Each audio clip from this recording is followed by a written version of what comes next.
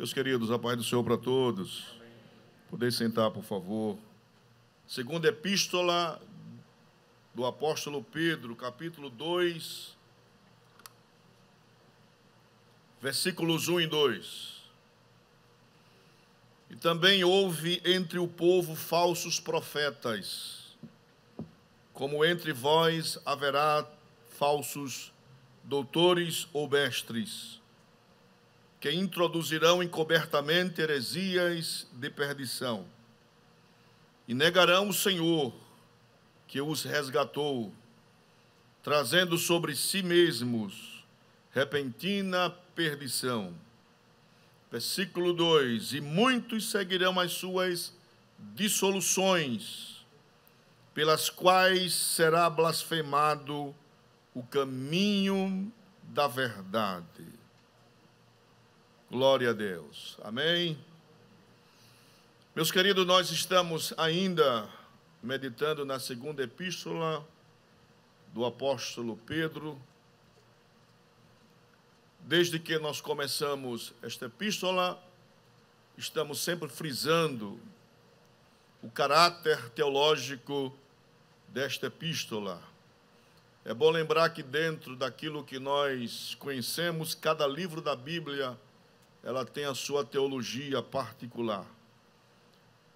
Todas elas voltadas para a centralidade de Cristo, para a verdade do Evangelho, para o princípio da palavra de Deus. Nós falamos também que a primeira epístola foi escrita para estimular, motivar os cristãos a respeito das grandes perseguições. E nós sabemos que perseguições traz um abatimento de espírito, traz uma fraqueza na fé muitas vezes, porque parece que estamos sozinhos, mas Jesus, Ele é muito bom. Nós saímos hoje às 15 horas para o sepultamento do irmão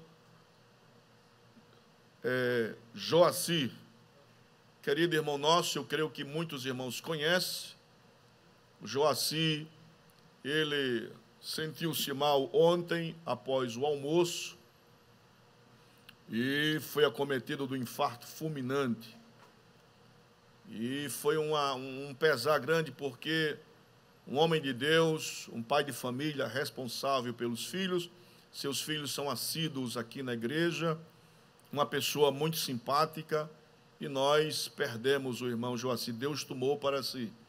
E eu tive a felicidade de ir acompanhado pelo irmão Éder. Estivemos lá até às 18h30 e depois viemos para cá, para a igreja. Mas o Senhor é bom, e nós contemplamos a grande realidade da Bíblia. Como fala Salomão, que é melhor ir à casa onde há um funeral do que a casa onde há o banquete. E a gente vê a nossa pequenez, a nossa finitude, de saber que a nossa vida é um sopro, que logo, logo vai se esvair, desaparece e não existimos mais. E louvamos a Deus por estarmos com vida, glorificando o nome do Senhor. Amém?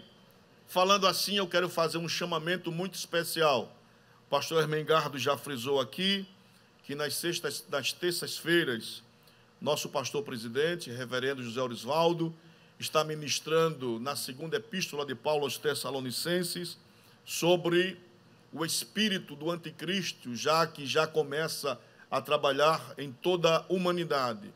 E nós estamos sendo despertados por Deus para orarmos mais, meditarmos mais na palavra, para nos prepararmos para estarmos alerta para quando a trombeta do Senhor tocar, nós possamos subir e estar com o Senhor para todo sempre.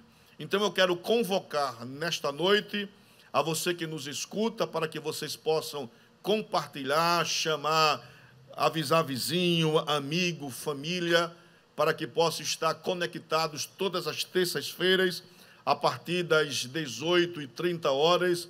O culto começa às 19 horas, para que vocês possam acompanhar o bom estudo da palavra do Senhor. Nós somos gratos a Deus, estamos aprendendo cada vez mais, e Deus tem nos edificado na sua presença. Amém? Então compartilhe, divulgue, para que o nome do Senhor seja glorificado.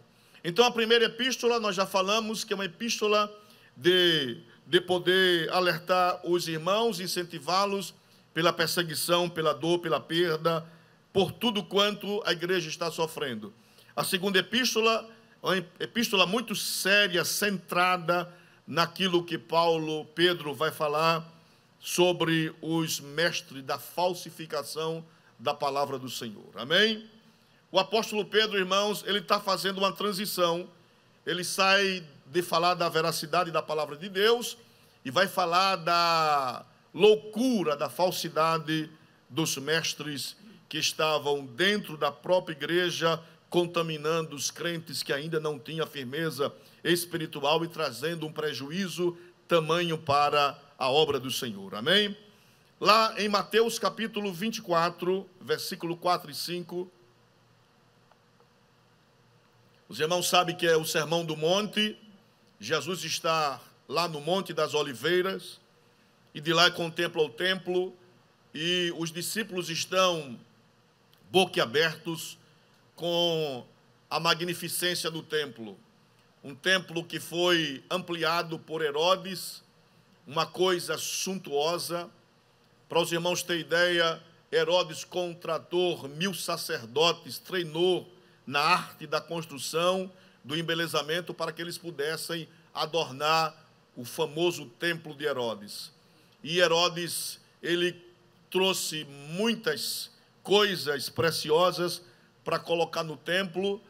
Tinha grandes pedras de mármore que entre uma pedra e outra ele colocou ouro. Então, uma coisa que chamava a atenção, a famosa porta de Nicanor, feita de bronze vindo de Corinto. Então, quando o sol incidia sobre o templo, a obra era majestosa. Então, os judeus tinham prazer, os judeus se jactavam porque tinham um templo que era uma coisa espetacular. E eles, falando com Jesus a respeito de quando seria o final de todas as coisas, da consumação de tudo, Jesus falou da seguinte maneira para os seus discípulos. Mateus capítulo 24, versículo 4 e versículo 5. Jesus respondendo disse-lhes: acautelai-vos que ninguém vos engane, porque muitos virão em meu nome dizendo: eu sou o Cristo, e enganarão a muitos. Aleluia. Nós estamos vivendo, irmãos, uma época de falsidade em todos os níveis. Eu dirigi uma igreja e uma irmã me chamou para, depois do culto, ir até a sua casa. Ela completou idade nova e ela fez um bolo, comprou salgados para que a gente pudesse ir cantar os parabéns. E quando eu cheguei na casa da irmã, na mesa, pastor Augusto, tinha uma cesta bonita, com o vigor das frutas chamou a atenção. Eu fiquei apaixonado por umas peras que tinha maçã, e depois do culto eu vou me atrever e pedir uma fruta dessa tão bonita. Aí eu, depois do culto, falei com a irmã, disse: a irmã poderia, por gentileza, me ceder uma pera dessa que está tão bonita? Ela disse: não, pastor, isso aqui é de plástico, isso aqui não é real, não. Nós estamos vivendo uma época do plástico, de coisas aparentes, daquilo que parece, mas não é. Havia um famoso shampoo antigamente chamado Denorex. Tinha cheiro de remédio, mas não era remédio, parecia remédio, mas não era remédio, tinha cor de remédio, mas não era remédio, era shampoo. Então nós estamos vivendo uma época das aparências, daquilo que parece que é, mas não é verdade. Aí Jesus disse: cuidado, que vai vir pela frente aí pessoas que vão se denominar cristos. Eles são falsos, não creiam a eles, mas eles vão enganar muitas pessoas. E tem muito crente enganado, irmãos. Tem muita gente na internet deturpando a palavra de Deus, falando que dízimo não está na Bíblia, falando que não existe mais autoridade pastoral. Isto tudo vai cair por terra e o nome do Senhor vai ser glorificado. A Bíblia é a santa palavra de Deus revelada, inspirada totalmente. E tudo que há na Bíblia nós cremos piamente. Quem acredita, levanta as mãos e glorifica o nome do Senhor para todo sempre. a Bíblia.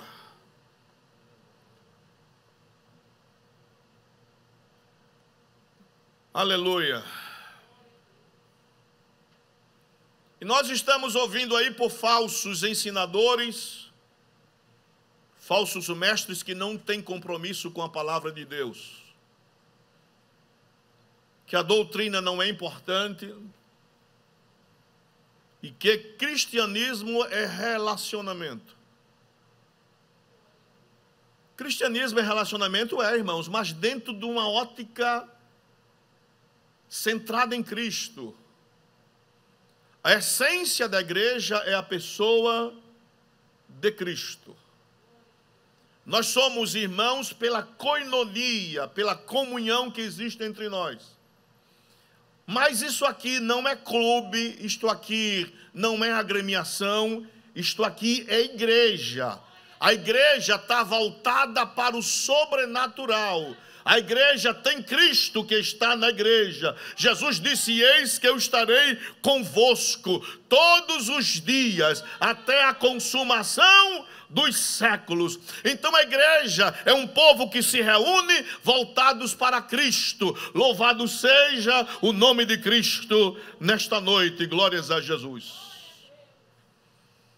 Aí Pedro, escrevendo a sua segunda epístola no capítulo 2, ele diz: e também houve entre o povo falsos profetas.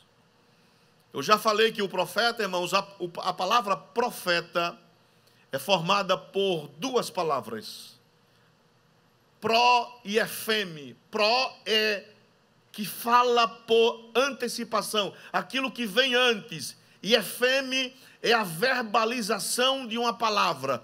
Ou seja, o profeta é aquele que fala por antecipação, mas através de uma inspiração que vem de Deus. Deus inspira o profeta fala da parte de Deus. Glórias a Jesus. Aí Pedro diz: cuidado, que assim como houve falsos profetas, se referindo ao Antigo Testamento, entre vocês vão existir falsos mestres, que vão dissimuladamente introduzir no meio de vocês doutrinas heréticas, que não são inspiradas por Deus, que não está na vontade de Deus, que vai trazer sobre eles repentina perdição.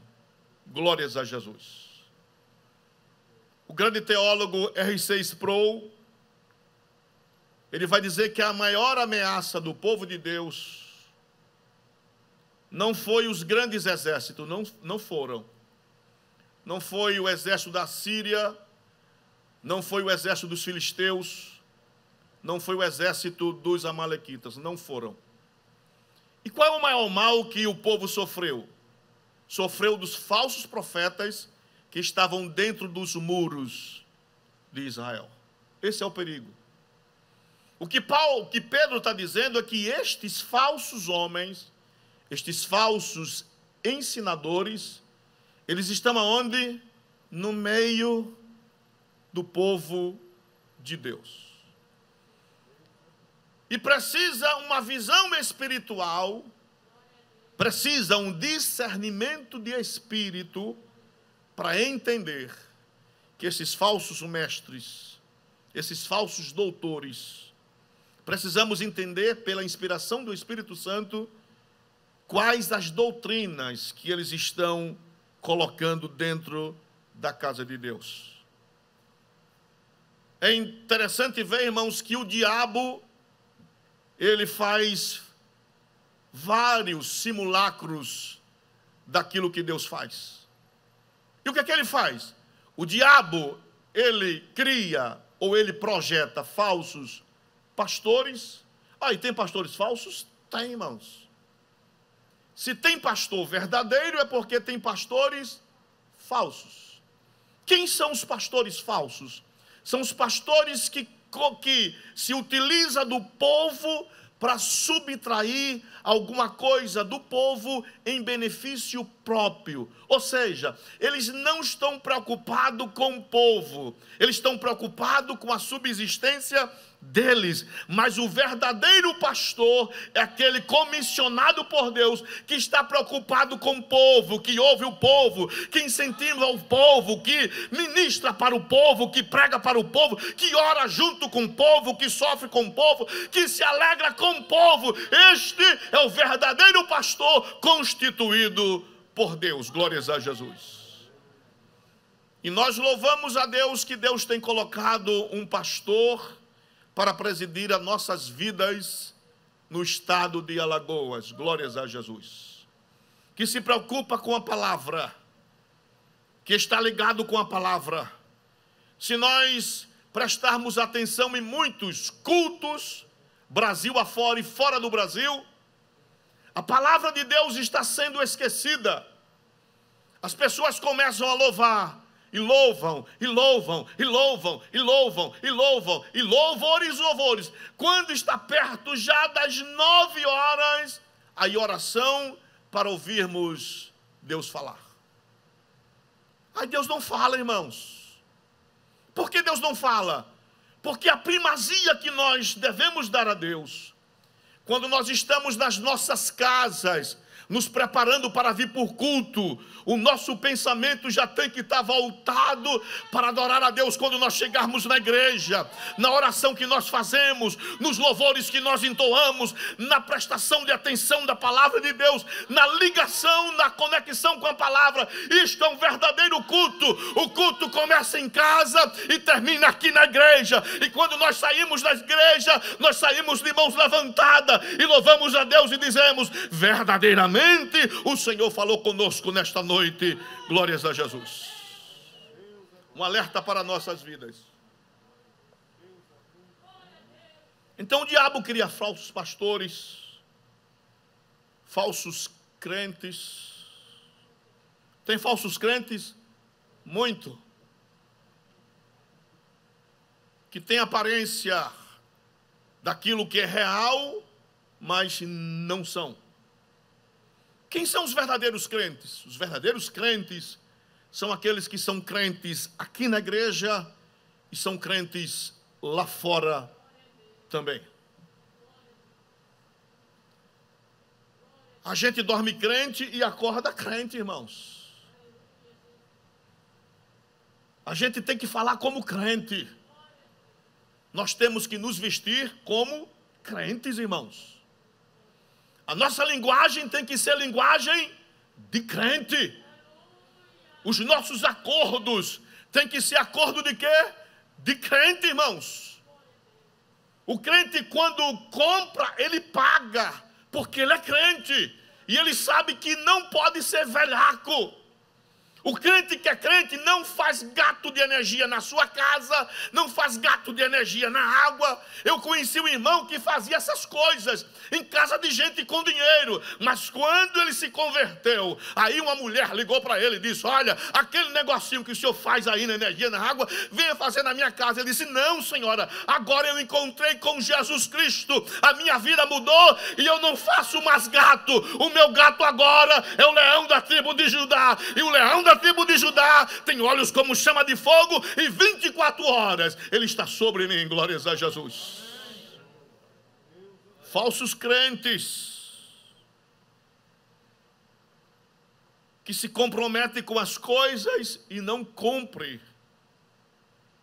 Falsos crentes que são crentes quando entram na igreja e quando saem da igreja não são mais crentes.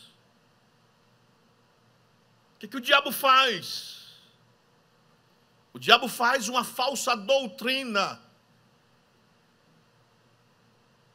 que ensina coisas erradas, que profere coisas erradas. O que o diabo faz? Além de tudo isso, o diabo vai projetar um falso Cristo, um falso Messias.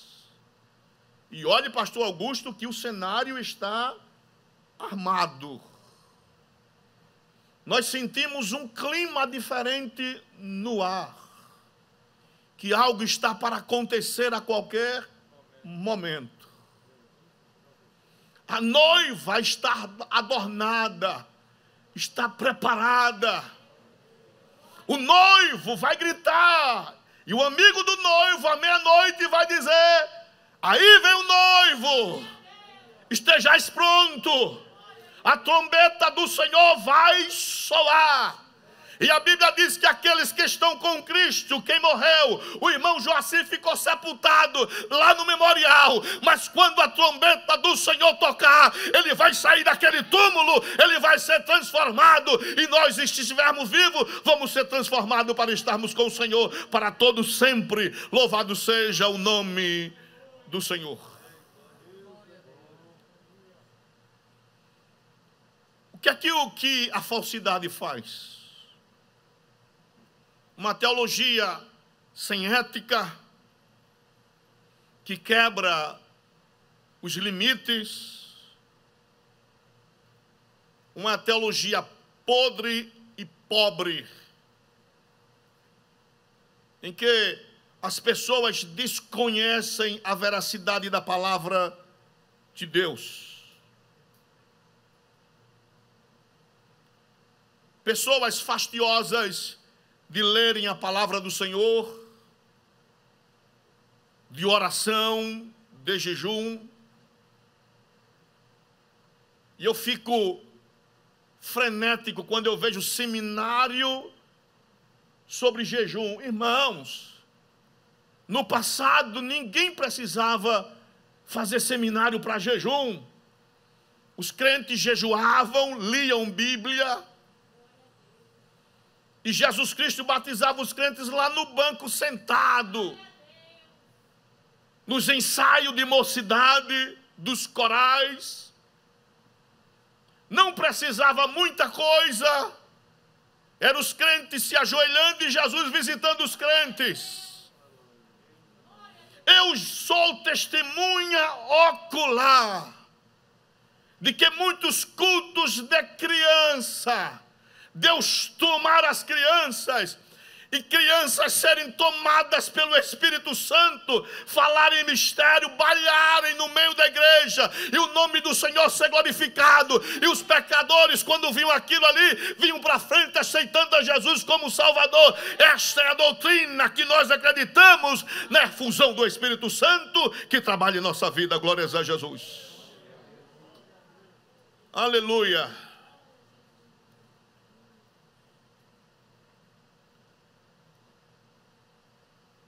Esses falsos mestres negam a inspiração da Bíblia. Eles negam o caráter pecaminoso do ser humano. E eu fiquei muito triste há dias passados que eu ouvi uma pessoa ministrando na rádio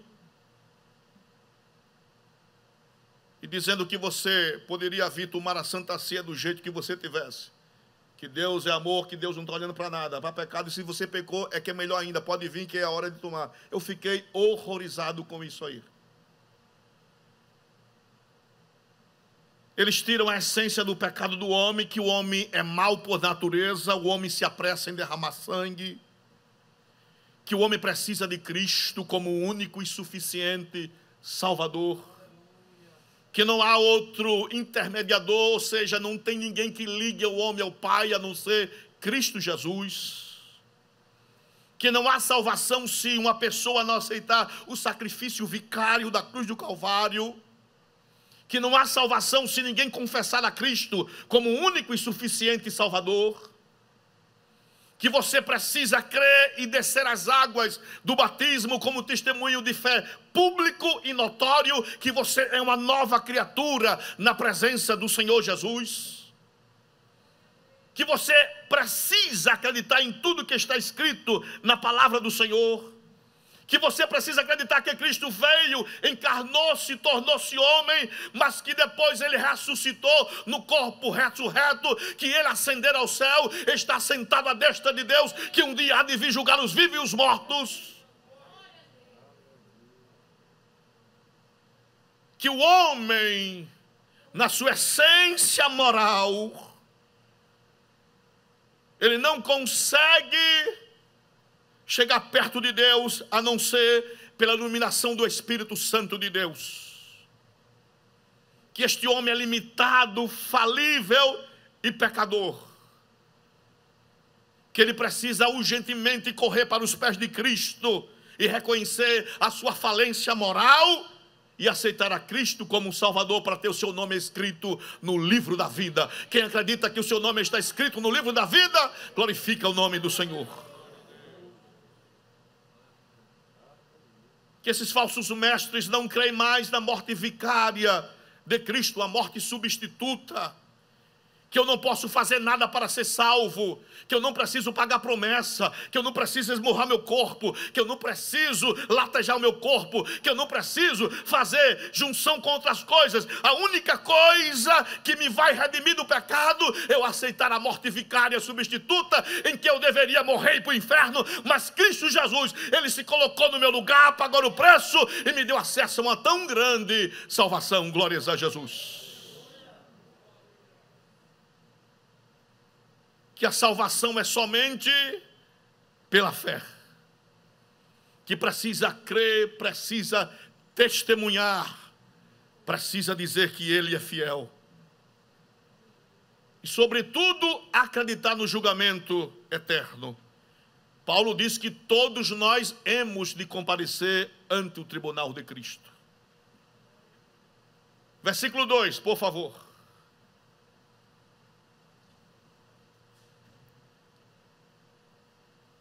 E muitos seguirão as suas dissoluções ou dissimulações, pelos quais será blasfemado o caminho da verdade.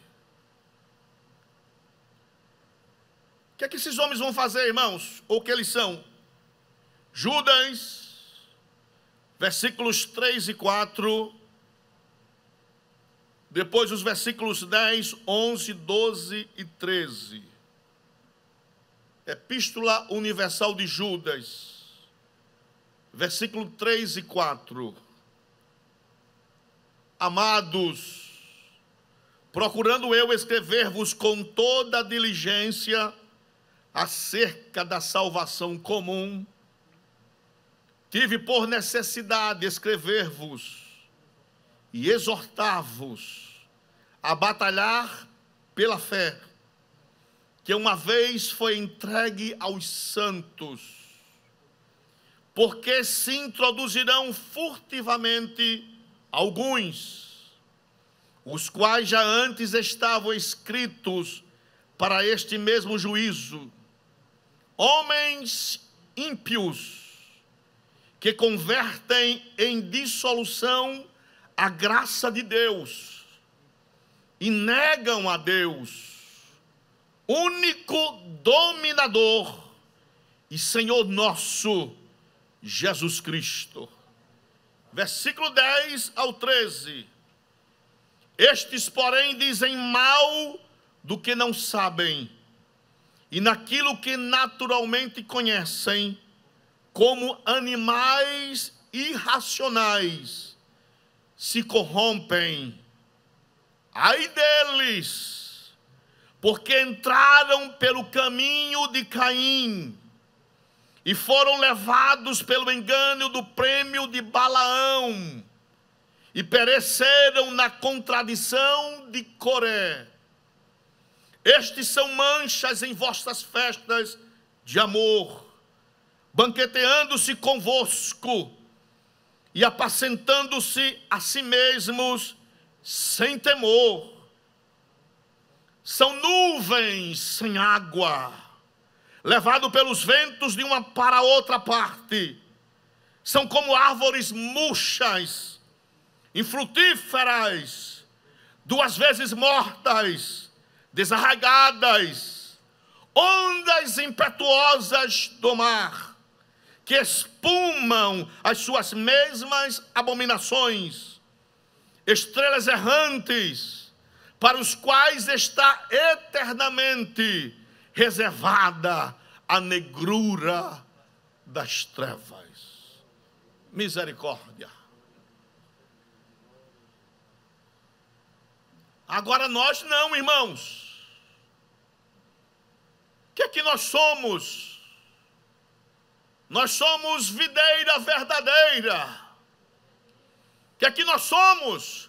Somos uma geração eleita, um sacerdócio real, um povo adquirido e de boas obras. Nós somos a pomba de Deus, nós somos a menina dos olhos de Deus. Nós somos uma geração que faz coisas prósperas na presença do Senhor. Nós somos a videira verdadeira. Nós somos o quê? O ramo enxertado na videira verdadeira. O que é que nós somos? Nós somos um povo comprado e remido com o sangue de Jesus Cristo. O que é que nós somos? Somos um povo que almeja novos céus e nova terra. O que é que nós somos? Um povo santo que vai morar no céu. Quem acredita, louva o nome do Senhor para sempre. Glorificado seja o nome do Senhor. Pedro não só vai falar da doutrina, mas Pedro vai falar das práticas libertinas dos falsos mestres. E Pedro usa uma palavra no grego para falar de imoralidade, de falta de vergonha, de falta de pudor. De pessoas que, além de praticarem atos imorais, ensinam outras pessoas a praticarem as mesmas coisas. De pessoas que, além de praticarem, não se envergonham daquilo que praticam, que não esconde aquilo que pratica, que tem prazer de que todo mundo possa contemplar e ver as suas imperfeições. Estes falsos mestres estão preocupados em ensinar coisas erradas a esse povo. Esses falsos mestres, eles estão preocupados em que eles sejam discípulos deles. E Pedro vai falar que alguns crentes que não têm a firmeza espiritual, que ainda não têm as suas raízes implantadas na boa terra, há crentes que ainda não têm uma maturidade espiritual. Estes crentes começam a assimilar estas ideias. Eu falei aqui domingo passado que, a despeito desta pandemia, as pessoas já começam a sair do claustro, já começam. E eu fico abobalhado, pastor Augusto, que algumas pessoas já fazem a tramitação normal da vida. Elas vão ao supermercado, elas apanham condução coletiva. Essas pessoas, elas vão à loteria, vão ao banco. Essas pessoas fazem festa de família. Essas pessoas vão para a academia. Essas pessoas vão para todo canto. Mas quando se trata de vir para a casa de Deus, as pessoas não podem vir porque vão estar próximas umas das outras e vão se contaminar. Mas fora pode, aqui não pode. Nós não estamos incentivando ninguém quebrar aquilo que foi estipulado pelos órgãos de saúde. Ninguém está incentivando isso. Pelo contrário, nós estamos cooperando com os decretos governamentais. Estamos cooperando. Agora, o que não entra na minha cabeça é que as pessoas têm uma vida normal lá fora, mas não podem ter uma vida normal aqui dentro da igreja. E eu me lembro que nos cultos, quando nós estávamos aqui nos cultos online, uma coisa terrível, você falar para banco de igreja, e você tem que passar a sensação da alegria do Espírito Santo que está em você e a empolgação da palavra de Deus. E eu só via crente mandando zap, ligando: ah, pastor, nós temos que orar, porque assim que houver a flexibilização, a gente quer ir para a igreja. Já houve a flexibilização, nós já estamos em 75%. E aonde estão os crentes? Nós não estamos forçando ninguém a vir para a igreja. Mas se pode, venha. Lugar de crente é dentro da igreja. É aqui que a gente sente a palavra do Senhor. É aqui que a gente está junto e separado. Mas é aqui que a gente aprende. É aqui que a gente sente a graça de Deus. E eu louvo a Deus pela flexibilização que nós estamos voltando para que o nome do Senhor seja glorificado. Glórias a Jesus. Então venha para a casa de Deus. Ah, pastor, que saudade da escola bíblica dominical. E por que você não vem agora para a escola bíblica? Ah, pastor, quando voltar os cultos das sextas, eu não vou perder o culto da sexta, da terça e domingo. E não já pode vir porque você não vem? O que existe, na verdade, é um acomodamento de certas pessoas. O culto da internet é para pessoas que ainda não conhecem a Cristo como Salvador, e você que não pode vir. Mas podendo vir para a casa de Deus, irmãos, venha para a casa de Deus. Porque foi aqui nesta casa que Deus tem falado com você, que Deus abriu a porta para você, para a sua família. Foi aqui que Cristo tem curado a você, a sua família. É aqui que Cristo tem alegrado a sua vida. Então, pode, venha, congregue, exalte e glorifique o nome do Senhor Deus Todo-Poderoso. Louvado seja Deus. Esses mestres da falsa doutrina são mestres que não têm moralidade, não têm uma vida dúbia. Aliás, tem muita gente de vida dúbia, irmãos, que no meio do povo se banqueteava com os ágapes, com as festas de amor, que ceavam junto com eles, que dava a paz do Senhor para todos, que ensinava dentro da igreja, mas que eram imorais, que não estavam preocupados com a sã doutrina, que não queriam ver o bem da obra, que mercadejavam com a obra de Deus, que ensinava sem compromisso nenhum, que pegava um texto da Bíblia e a bel prazer fazia a sua interpretação, e salve-se quem puder. Mas quem tem compromisso com Deus, tem compromisso com a palavra. A palavra não é minha, a palavra é de Deus. Nós somos o mordomo.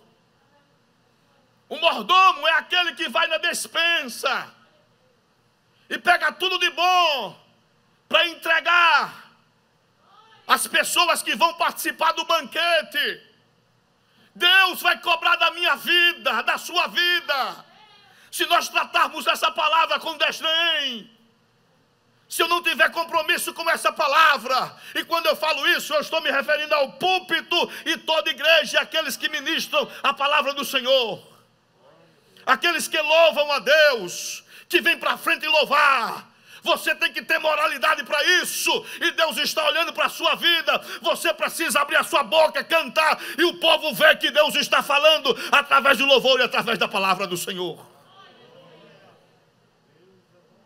Mas esses mestres não têm compromisso com a palavra de Deus, que jogam o que querem interpretar para a mídia, e aconteça o que acontecer.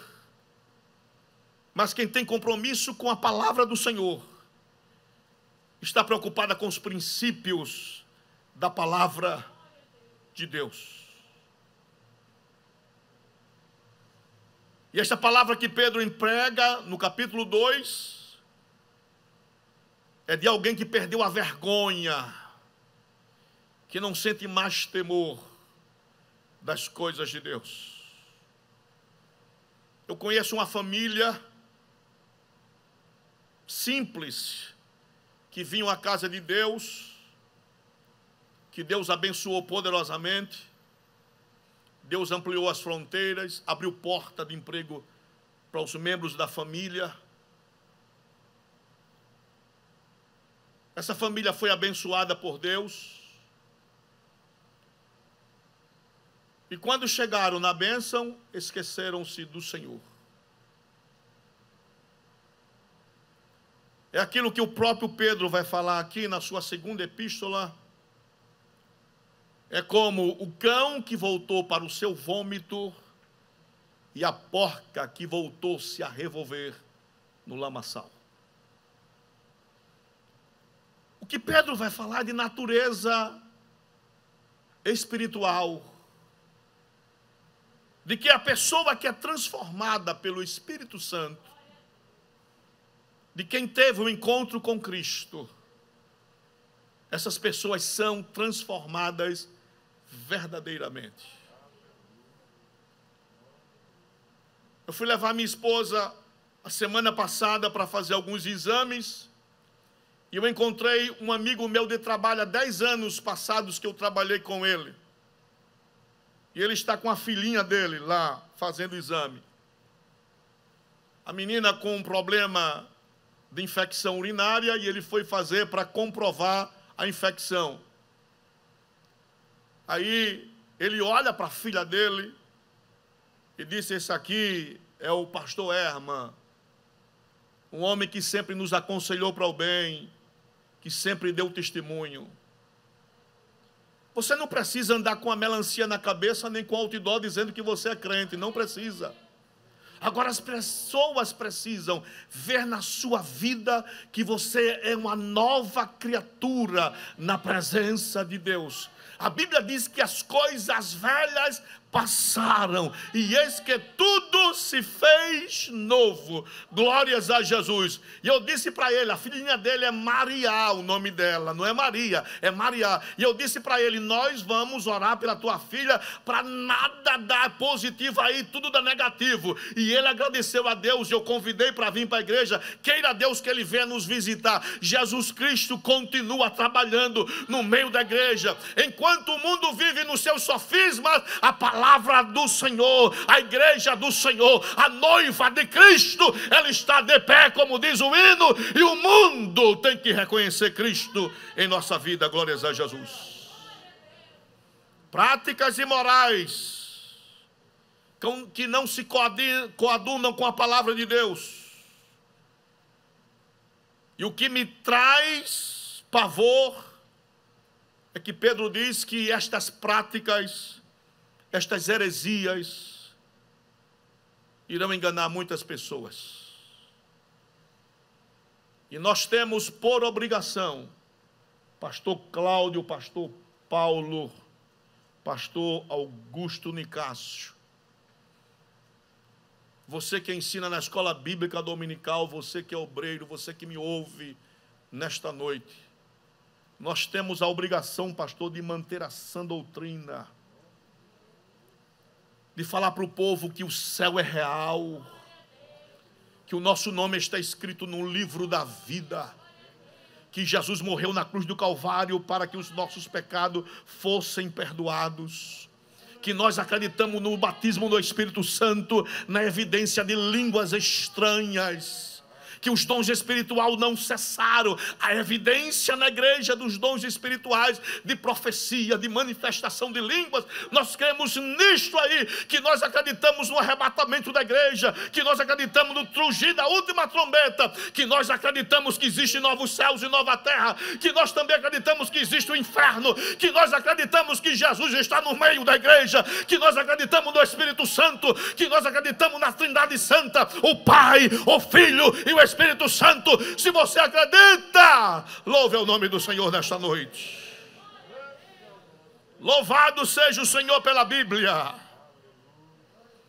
a santa e bendita revelação de nosso Deus. Eu já falei que Pedro está nos últimos dias, mas ele está preocupado com a palavra de Deus. Ele não só se preocupa com ele, mas se preocupa com a igreja. de que esta igreja seja sempre morena, queimada pelo sol do Espírito Santo. Que esta igreja exale o cheiro de Cristo em nossa vida, glórias a Jesus. Que esta igreja creia que o controle total deste mundo está nas mãos de Deus, glórias a Jesus. Que este povo creia que nós somos embaixadores do céu aqui na terra. Que este povo creia que Jesus transforma a vida, que pega o mais vil pecador e faz dele uma nova criatura, glórias a Jesus. Homens que dissimulam a palavra de Deus, que não estão preocupados com a palavra do Senhor. Mas nós louvamos a Deus, que Deus tem levantado uma geração poderosa, uma geração que vai ser usada tremendamente pelo Espírito Santo.